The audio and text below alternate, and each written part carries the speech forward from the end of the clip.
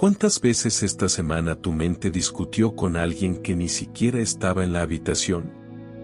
Los maestros Zen tenían un nombre para eso. Lo llamaban Shin-no-Saru, la mente del mono. Una criatura que salta de rama en rama sin parar, que grita aunque no haya nada que decir. Hoy vas a aprender cómo la silenciaron hace siglos. Y no tiene nada que ver con lo que te han contado hasta ahora. Quédate hasta el final, porque la última enseñanza es la que más cambia. Hay una forma de sufrimiento que no deja marcas en el cuerpo, que ningún médico puede diagnosticar y que sin embargo te roba más horas de vida que cualquier enfermedad. Me refiero a esa voz interior que no para. La que repite conversaciones que ya terminaron. La que inventa problemas que todavía no existen. La que te mantiene despierto a las 3 de la mañana discutiendo con alguien que ni siquiera está en la habitación. Los grandes sabios de Oriente conocían este problema mejor de lo que lo conocemos nosotros hoy. No lo llamaban estrés ni ansiedad, lo llamaban la mente del mono, Shin-no-Saru, y lo describían como una criatura que salta sin parar de rama en rama, incapaz de quedarse quieta, gritando incluso cuando no hay nada que decir.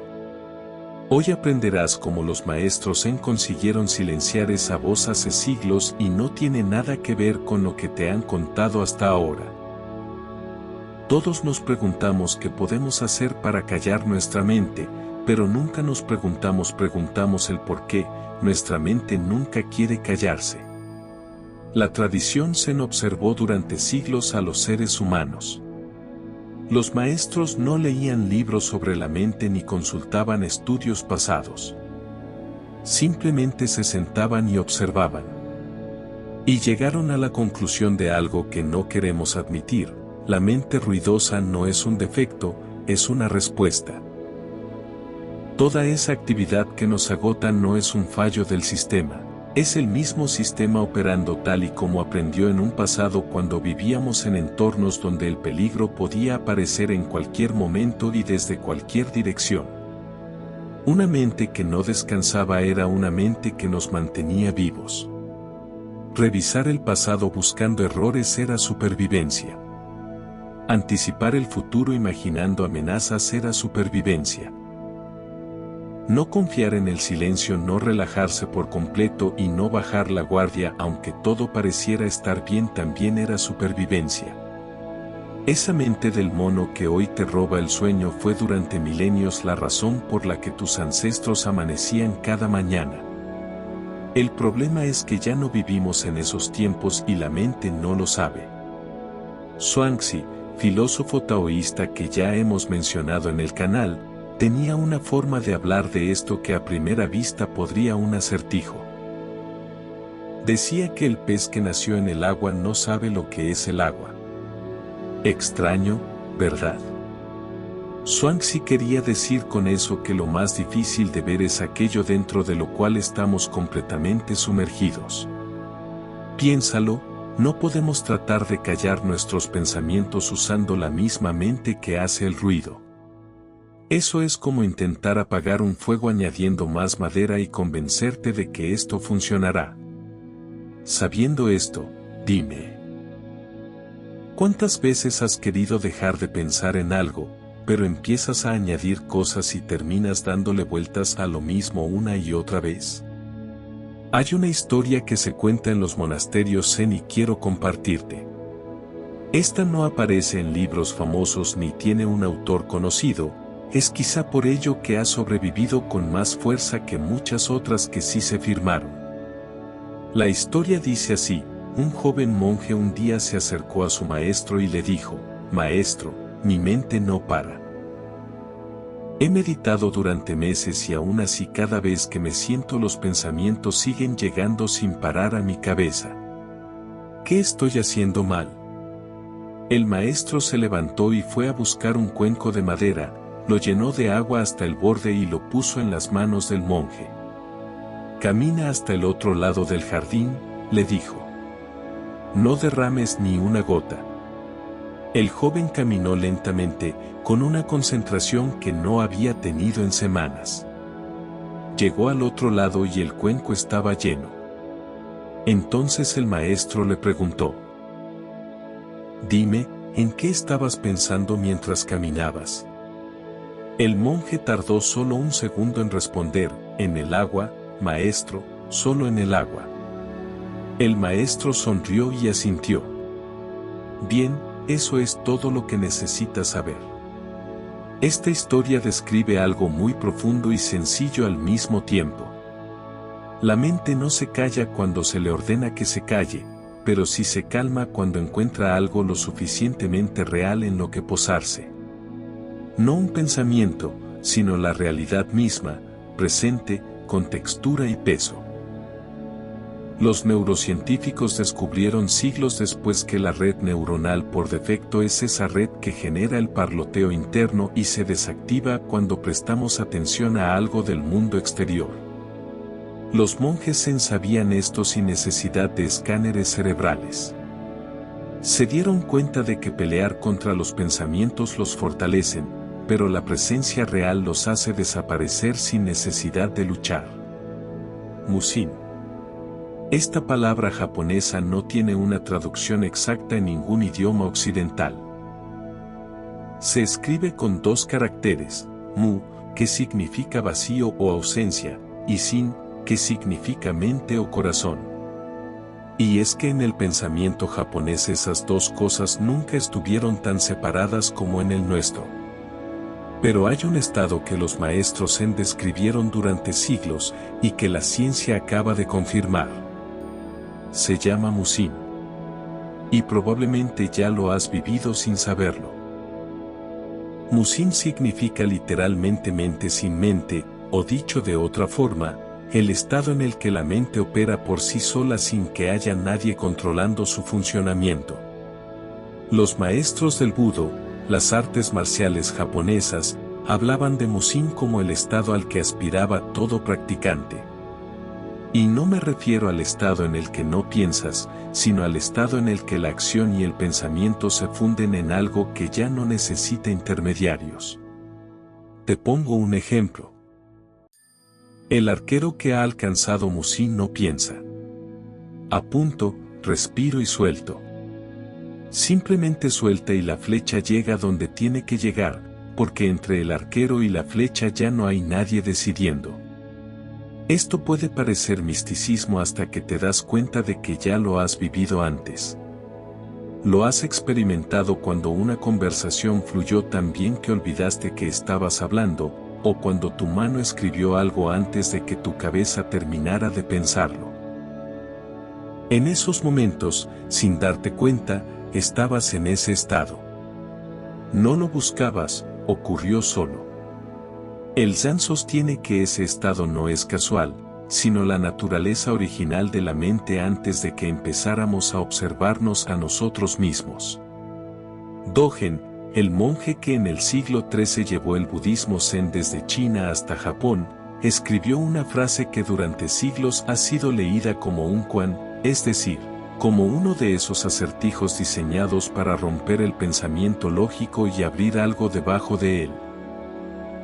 La frase dice: estudiar el camino del Buda es estudiarse a uno mismo, y estudiarse a uno mismo es olvidarse de uno mismo. Y esa paradoja, que para encontrarte tienes que soltarte y que para conocerte tienes que dejar de vigilarte, es exactamente lo que la mente del mono no soporta, porque tú eres su proyecto más importante, su ocupación más urgente, su razón de existir. Hay algo que casi nadie dice porque puede ser incómodo de admitir. La mayor parte del sufrimiento mental que experimentamos no nos llega del mundo externo.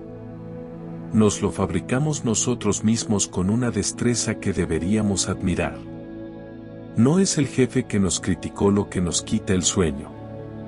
Es la versión de esa conversación que hemos reproducido 40 veces, añadiendo detalles, cambiando el final y ensayando lo que deberíamos haber dicho. Construimos una historia cada vez más elaborada alrededor de un momento que ya pasó y que no puede cambiarse. No es el futuro incierto lo que nos angustia, es el futuro que hemos creado, lleno de desastres específicos, bien detallados, y que hemos habitado mentalmente durante horas antes de que tenga la menor posibilidad de ocurrir. Los maestros Zen llamaban a esto Maya, una palabra tomada del sánscrito que en Occidente se traduce como ilusión, pero que en realidad significa algo más preciso. La tendencia de la mente a construir una versión de la realidad tan convincente que la confundimos con la realidad misma. Y es que esto lo hacemos con tanto detalle y tanta la coherencia interna, que cuando alguien nos señala que estamos viviendo en una historia que nos hemos contado nosotros mismos, nuestra primera reacción es defendernos, porque la historia parece y se siente real. La hemos interiorizado tanto que ha acabado imponiéndose sobre lo que realmente ocurre. El filósofo alemán Arthur Schopenhauer estudió profundamente el pensamiento oriental en una época en que eso era prácticamente inaudito en Europa. Describió este mecanismo de la siguiente forma: la mente humana es una fábrica de representaciones que nunca experimenta el mundo directamente, sino siempre a través de una capa de interpretación que añade, quita, distorsiona y organiza según sus propias categorías. Eso es lo que el Zen había descubierto hace 1000 años antes. Entre tú y la realidad siempre hay una historia, y la pregunta no es si la historia está ahí, sino si sabes que estás dentro de ella. Si hay una práctica que encarna mejor que ninguna otra todo lo que hemos estado describiendo, es el Zazen, la meditación sentada del budismo Zen. Pero para entenderlo, primero debes desaprender casi todo lo que la cultura contemporánea ha hecho con la idea de meditar. Zazen no es una técnica para reducir el estrés ni un ejercicio para mejorar la concentración. No se trata de una herramienta de productividad ni mucho menos una práctica de bienestar. El maestro Dogen era explícito al respecto: el Zazen que practico no es aprendizaje de meditación, es simplemente la puerta de arma de descanso y alegría. Es la práctica de la iluminación totalmente aparecida. Con eso quería decir algo que nos cuesta entender en una cultura que mide todo por sus resultados. Zazen no es un medio para alcanzar ningún fin. Sentarse es el fin en sí mismo. No hay ningún lugar al que llegar porque ya estás aquí.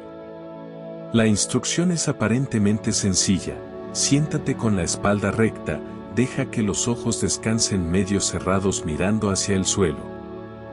Deja que las manos reposen, la derecha sobre la izquierda y los pulgares tocándose ligeramente. Observa la respiración, pero no la controles, no la mejores, no la uses como una herramienta. Solo obsérvala. Nota cómo entra el aire, nota cómo sale, nota el momento entre uno y otro. Y cuando llegue un pensamiento, y llegará porque siempre llega, no lo persigas ni lo entonces simplemente nota que ha llegado. Puedes nombrarlo si quieres, y después vuelve a la respiración. No porque el pensamiento sea malo, no porque necesites vaciarte de él, sino porque en el acto de notarlo sin engancharte a él estás practicando exactamente lo que el mono no sabe hacer: soltar.